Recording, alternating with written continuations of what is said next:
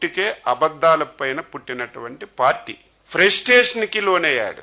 చెప్పడానికి ఏదీ లేక చంద్రబాబు నాయుడు గారి మీద వ్యక్తిగత దోషణలు తీసుకెళ్లే కార్యక్రమాన్ని శ్రీకారం చుట్టాడు. అది కూడా గుండెపోటుతో చచ్చిపోతారని, ఇదే చివరి ఎన్నికలని. ఒకసారి నువ్వు తెలుసుకో.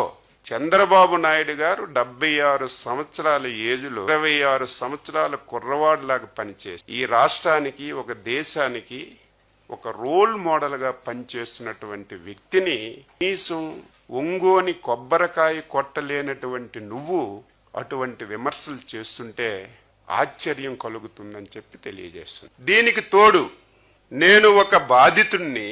నా కుటుంబంలో అందరూ చనిపోయారు. మా తాత చనిపోయాడు, నా తండ్రి చనిపోయాడు, నా బాబాయి చనిపోయాడు. అన్నింటికీ కారణం చంద్రబాబు నాయుడు గారని చెప్పి నిస్సిగ్గుగా మాట్లాడాడు. ఆయన మాట్లాడినటువంటి ప్రతి మాట ఆయన్ని అన్వయించాడు.